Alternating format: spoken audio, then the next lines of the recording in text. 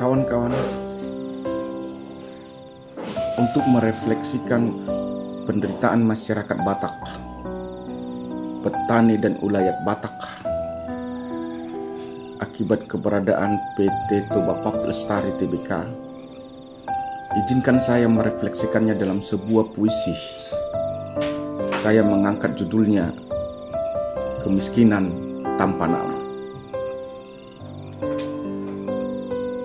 Kemiskinan adalah belenggu yang melingkar. Dapatkah kita mengelak? Kemiskinan adalah suara rakyat, suara masyarakat yang kelaparan, teriakan para buruh dan petani miskin yang perutnya kosong karontang. Kemiskinan tidak sekedar percak-percik duka, tetapi sebuah bulu yang lunglai dan patah akibat dirampasnya hak-hak kodratinya, dirampasnya warisan leluhurnya, sehingga ia terpuruk tanpa identitas dan jati dirinya untuk memuaskan hasrat para feodal kapitalistik yang mengkooptasi warisan leluhurnya atas nama kekuasaan dan uang.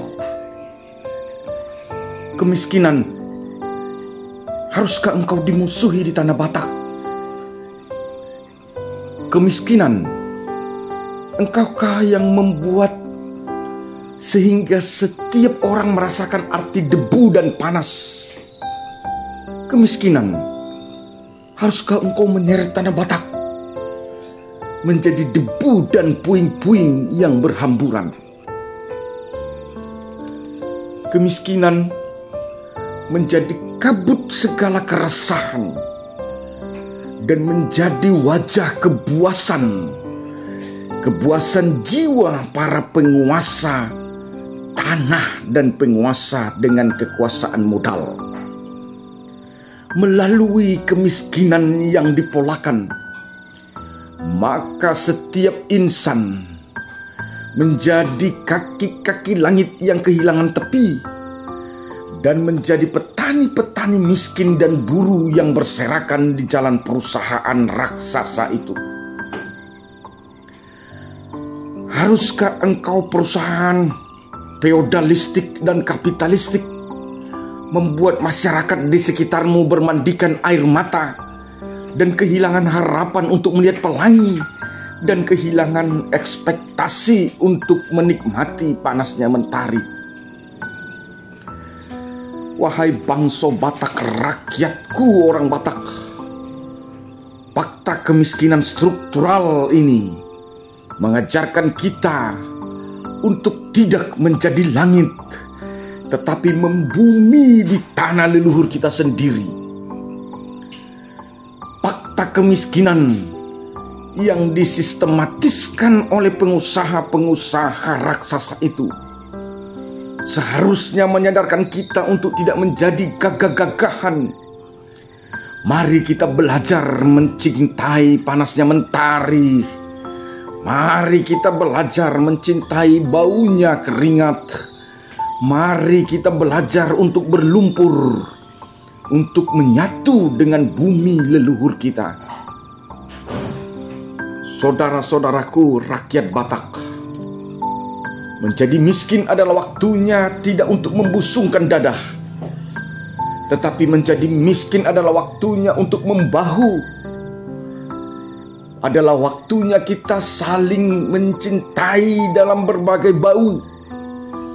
Dan mari kita menjadikan satu keringat di dalam bau kesusahan kita bersama. Apakah engkau mengerti tentang arti sebutir beras tanpa kita harus bersoal, tanpa kita harus berkeluh kesah, tanpa kita harus bergantung dengan perusahaan-perusahaan raksasa itu yang merampas dan mengkooptasi hak-hak atas tanah leluhur kita? Kemiskinan adalah saatnya kita bersuara untuk mengingatkan kaum kita agar kita keluar dari segala bentuk penindasan.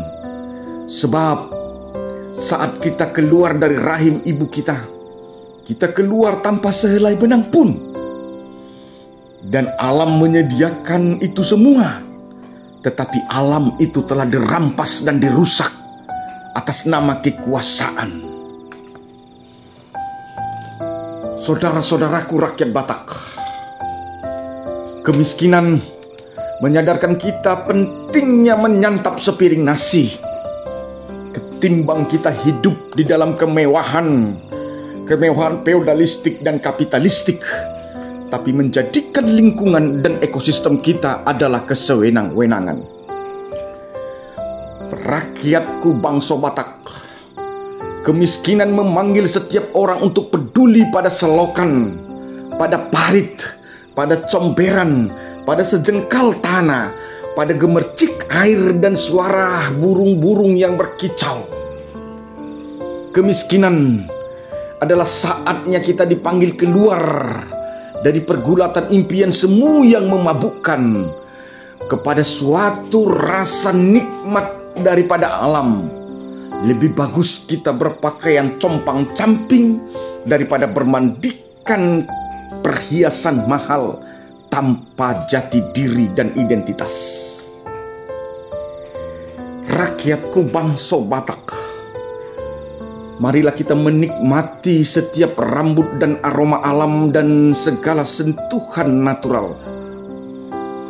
Saatnya kita keluar dari bayang-bayang mereka, bayang-bayang feodal dan kapitalistik, dan memasuki realitas zaman. Saatnya kita tidur nyenyak dalam tanah leluhur kita tanpa igawan, dan kita pulas dengan kemenangan. Saudara-saudaraku bangsa Batak, kita tidak hidup dalam teki-teki kesukaran hidup. Kita tidak mewariskan nasihat hanya untuk menikmati belaka. Seharusnya kita adalah barisan sejarah yang bersahabat dengan alam, bersahabat dengan udara panas dan gerimis hujan.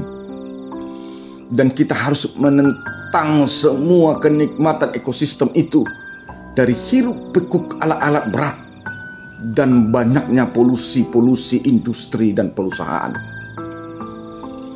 Kita memang rakyat kecil yang harus mengakui keterbatasan, tapi kita harus ingat, rakyat kecil sekalipun saat mengalami pertemuan dengan Tuhan yang Maha Kuasa, ia akan menjadi gerakan yang tidak terbatas dan tidak terbendung.